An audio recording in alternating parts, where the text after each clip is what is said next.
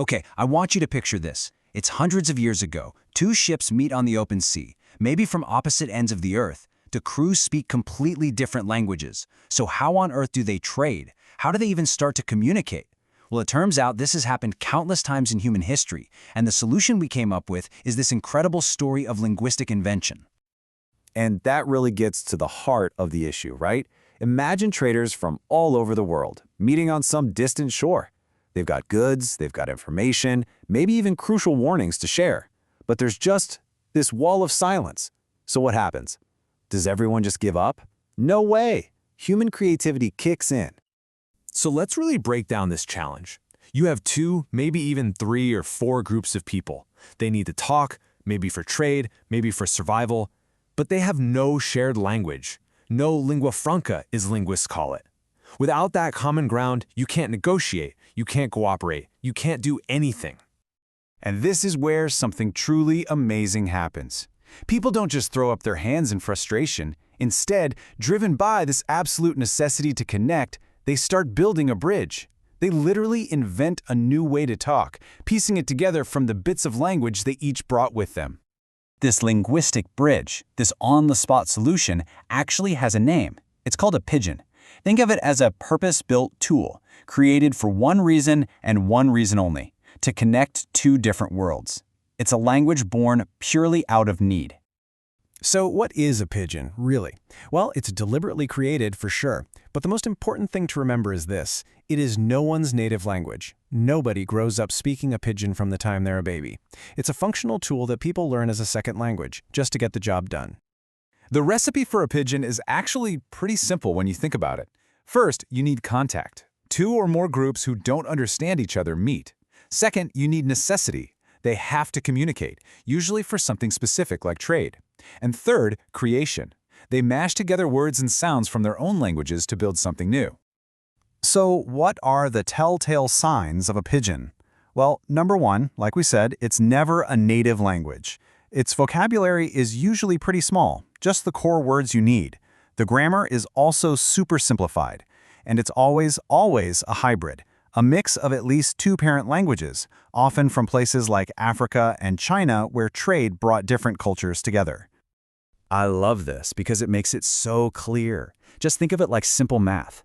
You take some vocabulary from language X, you mix it with some grammar and sounds from language Y, and boom, you get a brand new functional system, language XY. That's your pidgin. But you know, the story doesn't end there, not even close, because languages aren't static things. They live and they evolve. So what happens when this simple tool gets used for years, for generations? What happens when kids are born into a community where this is the main language they hear every single day? It's this incredible shift that happens over time. So, Generation 1, the adults, they use the pidgin just as a tool. But their kids, Generation 2, they grow up hearing it constantly. To them, it isn't some limited tool. It's the language of home. It becomes their native tongue. And when that happens, the language itself starts to change. It evolves. It goes from being that simple bridge to something much bigger, more complex, and way more expressive. It's not just a tool anymore. It's become a Creole. Yeah, you can basically think of a Creole as a pidgin that leveled up. Big time. It's what happens when that contact language becomes the full, rich, native language of a community. The single biggest difference? A Creole has native speakers. A pidgin, by its very definition, never ever does. Okay, let's put these side by side because this is where it really clicks. Native speakers? Nope for a pidgin, yes for a Creole. Grammar? Super simple for a pidgin, but complex and always expanding for a Creole. Vocabulary? Limited in a pidgin, but large and always growing in a Creole. And its use? A pidgin is for one specific thing, but a Creole is used for the full range of human life. And this is maybe the most fascinating part of the whole story. A Creole isn't just a language, it's a living, breathing record of history. You can actually look at its structure, its words, its grammar, and see the story of the people who created it, often including the power dynamics of that time. Linguists found this incredible, consistent pattern. It's almost like a blueprint.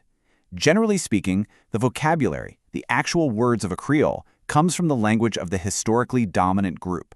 But the grammar, the deep-down rules of the language, that often comes from the subordinate groups. It's like a linguistic fingerprint of that historical encounter. So it totally makes sense that many Creoles were born during intense periods of European trade and colonization. In fact, one of the earliest ones we have on record is a Portuguese-based Creole in Senegal. And this is so important to remember. These are complete natural languages. They are not broken English or lesser dialects. They're fully formed and every bit as complex as any other language on Earth. So when you step back and look at this whole process, from Pidgin to Creole, you're not just looking at some linguistic curiosity. You're seeing this powerful testament to human resilience, to our creativity, and to our fundamental, unstoppable need to connect with each other. This really says it all, doesn't it? The journey is just remarkable. From this simple, pared-down tool for trade, all the way to a rich mother tongue spoken by millions. These languages are, without a doubt, a living record of human connection. And that brings me to a final thought for you. Every single language, every dialect, even the slang you use with your friends, has a hidden history of contact and change. So the next time you hear a word you don't recognize or an accent that's new to you, get curious. What story is that language trying to tell?